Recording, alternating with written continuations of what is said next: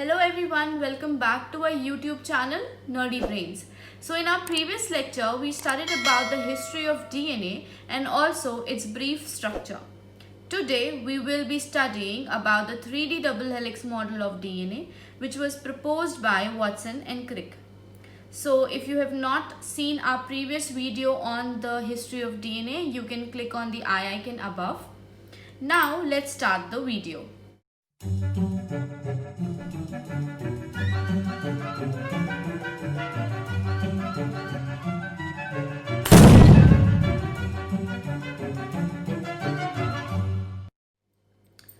So this 3D double helix model of DNA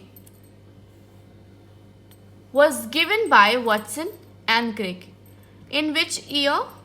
In the year 1953. Fine. So how they found this double helix structure? So इनकी जो finding थी वो based it was based upon on the findings of some other scientists as well. मतलब कि कुछ और scientist थे जिन्होंने अपनी अपनी फाइंडिंग्स निकाली थी, जिनके मदद से वॉटसन एंड क्रिक ने उन फाइंडिंग्स की मदद से वॉटसन एंड क्रिक ने डबल हेलिक्स स्ट्रक्चर दिया डीएनए का.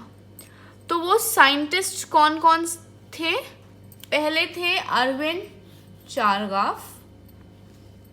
First was Erwin Chargaff and second was Rosalind Franklin and Wilkins.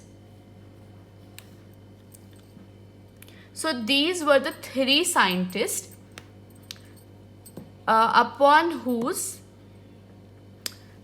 Watson and Crick's finding was based on their findings. Okay. So let's see what these three scientists said. Let's talk about Erwin Chargaff first. So Erwin Chargaff ने chemical analysis करा था DNA का. क्या किया था? Chemical analysis. जब इन्होंने chemical analysis किया तब इन्होंने एक रूल प्रपोज किया, दैट इज चारगाफ्स रूल. अब चारगाफ्स रूल के according purines and pyrimidines occur in equal amount. एक डीएनए में जितने प्यूरीन्स प्रेजेंट होंगे उतने ही नंबर ऑफ पिरिमिडीन्स भी प्रेजेंट होंगे. फाइन.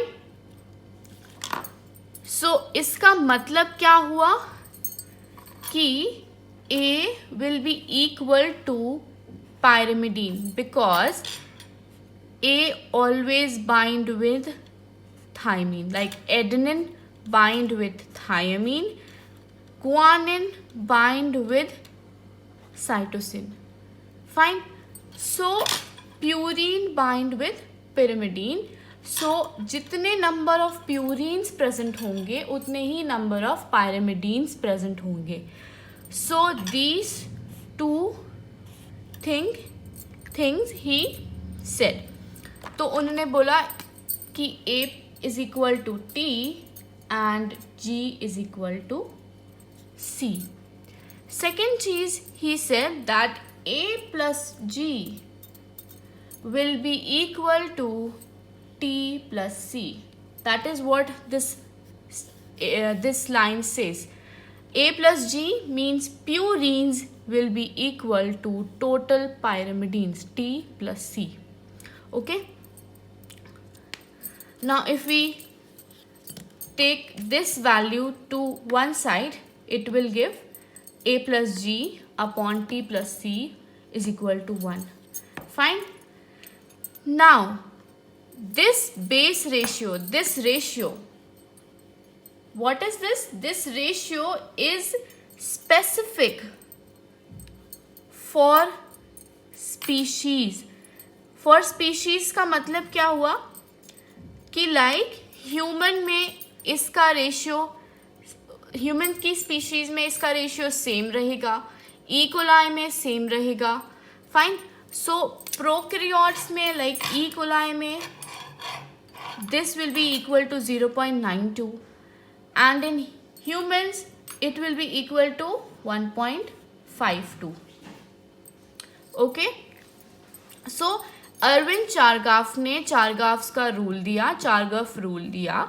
उसने बोला कि प्यूरिन एंड पायरिमिडीन जो हैं वो इक्वल अमाउंट में अकर करते हैं. So A will be equal to T and G will be equal to C. Now, if we talk about the other scientists that were Franklin and Wilkin. Franklin is the Rosalind Franklin. इन्होंने क्या किया था? इन्होंने X-ray crystallography करी DNA की. What they did?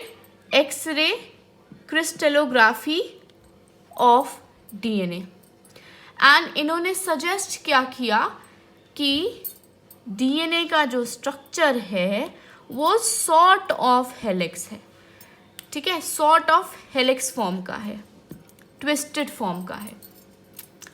अब इन्होंने उस स्ट्रक्चर के अकॉर्डिंग कुछ हेलिक्स पैरामीटर्स बताए. क्या बताए? हेलिक्स पैरामीटर्स बताए. फाइन. सो यहाँ पे इन्होंने बोला कि हेलिक्स की width means diameter of the DNA. So helix की width is constant and क्या वैल्यू होती है उसकी? 2 nm और 2 Armstrong, 20 Armstrong, 2 nm और 20 Armstrong.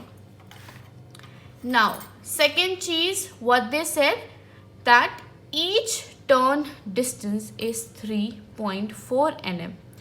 means turn distance mean पूरा एक टर्न जो है डीएनए का, एक पूरा turn, like if we see in this diagram, one full turn from here to here, this turn from here to here, this turn is 3.4 nm.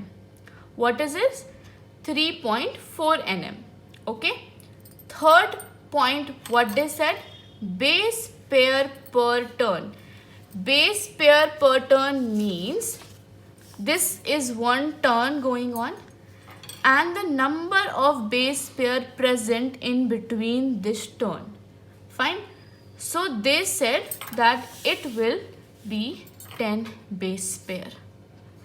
Fine. So base pair per turn मतलब एक turn में कितने base pair बन रहे हैं उसको बोला 10 base pair बनेंगे एक टर्न के अंदर. फाइन. तो ये तीन चीज़ें फ्रैंकलिन एंड विल्किन ने एक्सरे क्रिस्टलोग्राफी करके पता लगाई और उन्होंने इस तरीके से बोला कि जो डीएनए है वो हेलिक्स के फॉर्म में है. फाइन. तो अब हमारा जो डबल हेलिक्स मॉडल है जो कि हमारे वाटसन एंड क्रिक ने दिया था, ये जो मॉडल है इसके की पॉइंट्स क्या थे? लाइक वाटसन एंड क्रिक ने क्या की पॉइंट्स बताए इसके लिए? क्या की पॉइंट्स बताए इसके लिए? सबसे पहला इन्होंने क्या बोला? डीएनए 2 पॉलीन्यूक्लियोटाइड चेन का बना होता है. मैंने आपको बताया था कि 2 पॉलीन्यूक्लियोटाइड चेन का मतलब है 1 chain, second chain. Fine. And this chain will be connected to each other. Sugar phosphate backbone. Now this polynucleotide chain, this nucleotide chain will be having sugar phosphate bond. Sugar phosphate bond will be because of the phosphodiester bond. So this will make the backbone of DNA. In this figure if you see, this is the sugar phosphate backbone. Fine. So यहाँ पर sugar and phosphate की bonding है and then this is the base, but this is the sugar phosphate backbone. Okay, so this was also said by Watson and Crick. Then they said nitrogenous bases project inward. As you can see in the figure, all the nitrogenous bases A plus A, T, G, C, CG, AT, TA, they are all coming inside. They are not outside, they are inward. Fine, so they are inward and bonding with each other. So that is why nitrogenous bases project inwards. Okay, two strands have anti-parallel polarity. Anti-parallel polarity का मतलब you can see इसमें देखते हैं, अगर एक strand 5 prime to 3 prime है तो दूसरा 3 प्राइम टू 5 प्राइम होगा.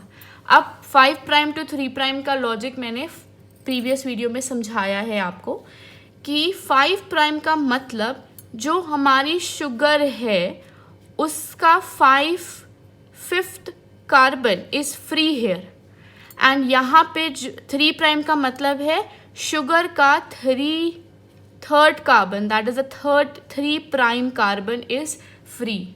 That is why 5 prime to 3 prime, because sugar is always labeled as 1 prime, 2 prime, 3 prime, 4 prime. ये सब मैं आपको प्रीवियस वीडियो में समझा चुकी हूँ. तो अब जो दूसरा स्ट्रैंड होगा वो होगा 3 प्राइम टू 5 प्राइम, बिकॉज यहाँ पे बोला है एंटी पैरेलल पोलैरिटी, मतलब उल्टा, जस्ट एक स्ट्रैंड का उल्टा होना. Fine, so 5 prime to 3 prime, next will be 3 prime to 5 prime. Okay, now directions can be 5 prime to 3 prime. Like I told you, anti-parallel are they are anti-parallel, तो उनकी direction 5 prime to 3 prime and 3 prime to 5 prime. मतलब एक 5 prime to 3 prime होगा तो दूसरा 3 prime to 5 prime होगा. Two strands joined by hydrogen bonds. Now I told you that the bases are inward. The bases are inward, तो bases अंदर की तरफ प्रेजेंट है. तो अगर सपोज करें we have 2 strands and they have their bases on them but they are not connected, तो अगर ये कनेक्ट नहीं होंगे तो ये अनस्टेबल हो जाएंगे. तो to make the DNA stable, what happened, these bases connect to each other. Now for their connection, for their bonding, what type of bond is required? Hydrogen bonds are required. Hydrogen bond की ज़रूरत होती है यहाँ पर. Fine, तो always remember adenine bind to thymine by a double bond.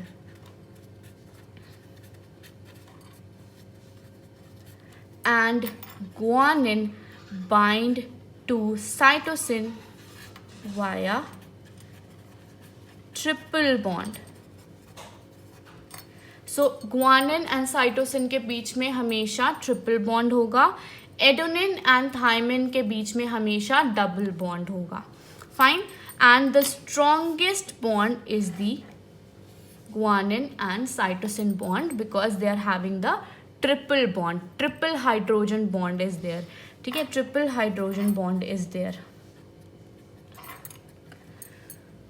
So two strands joined by hydrogen bonds A, T and G, C. Fine. Now अब इस ही structure के लिए ये जो हमारे वॉटसन, क्रिक एंड विल्किंस थे, लाइक वॉटसन एंड क्रिक ने Wilkin की फाइंडिंग की मदद से अपना जो 3D डबल हेलिक्स स्ट्रक्चर है डीएनए का वो प्रपोज किया था, वो बताया था. तो इन तीनों को मिलके 1962 में in 1962 they were given Nobel Prize for it. Okay, Nobel Prize for it. अब यहाँ पर ये जो मैंने स्ट्रक्चर बनाया है इसमें थोड़ा सा समझ लेते हैं कि जो फ्रैंकलिन एंड विल्किन ने हमें पैरामीटर्स बताए थे उसका क्या मतलब है. तो एज आई टोल्ड यू कि डबल स्ट्रैंड है, हेलिकल है, तो हेलिक्स जो इसका होता है ये राइट हैंडेड होता है, राइट हैंडेड हेलिकल स्ट्रक्चर होता है. Fine, right handed helical structure, right handed helical structure. दूसरी चीज whenever there is like DNA twisting there will be presence of some grooves. ठीक है, तो पहला जो तरीके के ग्रूव्स बनते हैं, एक बनता है मेजर ग्रूव, एक बनता है माइनर ग्रूव. मेजर ग्रूव जो होगा आपका वो you can see this is a broader one, and minor groove जो है वो थोड़ा छोटा होता है, तो इसलिए इसको माइनर ग्रूव कहा जा रहा है. फाइन. दूसरी चीज़ क्या याद रखनी है कि एक टर्न, एक कंप्लीट टर्न जो होता है उसका क्या वो होता है, लेंथ होती है 3.4 नैनोमीटर. एक कंप्लीट टर्न मतलब एक माइनर ग्रूव से दूसरे माइनर ग्रूव तक का जो टर्न होता है उसे हम वन कंप्लीट टर्न कहते हैं. मतलब एक माइनर ग्रूव से शुरू होगा एंड स्ट्रेट अगर हम दूसरे माइनर ग्रूव तक उसको कैलकुलेट करें तो वो एक कंप्लीट टर्न कहलाएगा. फाइन. और इसको हम पिच कहते हैं. इसको हम क्या कहते हैं? पिच. फाइन. इसको हम पिच कहते हैं. तो इसकी वैल्यू होती है 3.4 nm. नेक्स्ट, यहाँ पे मैंने आपको बताया कि ये जो बेसेस हैं ये हमारे नाइट्रोजनस बेस पेयरिंग हो रही है. यहाँ पर हाइड्रोजन बॉन्डिंग की वजह से पेयर्स बन रहे हैं A और T के, G और C के. फाइन. तो यहाँ पे नाइट्रोजनस बेस पेयर्स बन गए. दूसरी चीज़, ये हमारा शुगर फॉस्फेट बैकबोन है, मतलब sugar is attached to phosphate. Fine, sugar is attached to phosphate. Then यहाँ पर मैंने लिखा हुआ है राइस पर बेस पेयर. राइस पर बेस पेयर का मतलब होता है कि ये हमारा जो टर्न है इसमें जितने भी लाइक नाइट्रोजनस बेस पेयर्स बनेंगे उन बेस पेयर्स के बीच में भी कुछ डिस्टेंस होगा. Like this is the one base pair, this is the second base pair, then comes the third base pair. This is one, this is second and then comes the third one. Fine. तो अब इन तीनों के बीच में कुछ distance होगा. Fine. इस distance को हम राइज कहते हैं. फाइन. राइज पर बेस पेयर मतलब हर बेस पेयर के बीच में कितना डिस्टेंस है वो कहलाता है राइज. तो इस राइस पर बेस पेयर को 3.4 आर्मस्ट्रॉन्ग कहते हैं. 3.4 आर्मस्ट्रॉन्ग होता है ये. फाइन. दूसरी चीज ये हमने पढ़ लिया. अब लास्ट पॉइंट जो हमने पढ़ा था कि नंबर ऑफ बेस पेयर पर टर्न जो होते हैं वो होते हैं 10 बेस पेयर्स. मतलब एक टर्न में कितने बेस पेयर्स होंगे? 10 बेस पेयर्स प्रेजेंट होंगे. मतलब 10 बेस पेयर्स एक टर्न में प्रेजेंट होंगे और उन 10 बेस पेयर के बीच में 3.4 आर्मस्ट्रॉन्ग की स्पेसिंग होगी. Fine. And these bonds are connected by a hydrogen bond. Secondly, the diameter or the width of the DNA is 20 Armstrong or 2 nm. Okay, so this was this was about the 3D double helix structure of DNA. So that's it for today. I hope you guys have understood. If you liked the video, please hit the like button and share it with your friends. And if you have any doubts, you can ask them in the comment section below. Also, please subscribe and hit the bell icon so that you don't miss any of our updates. Thank you so much for joining in. Bye bye.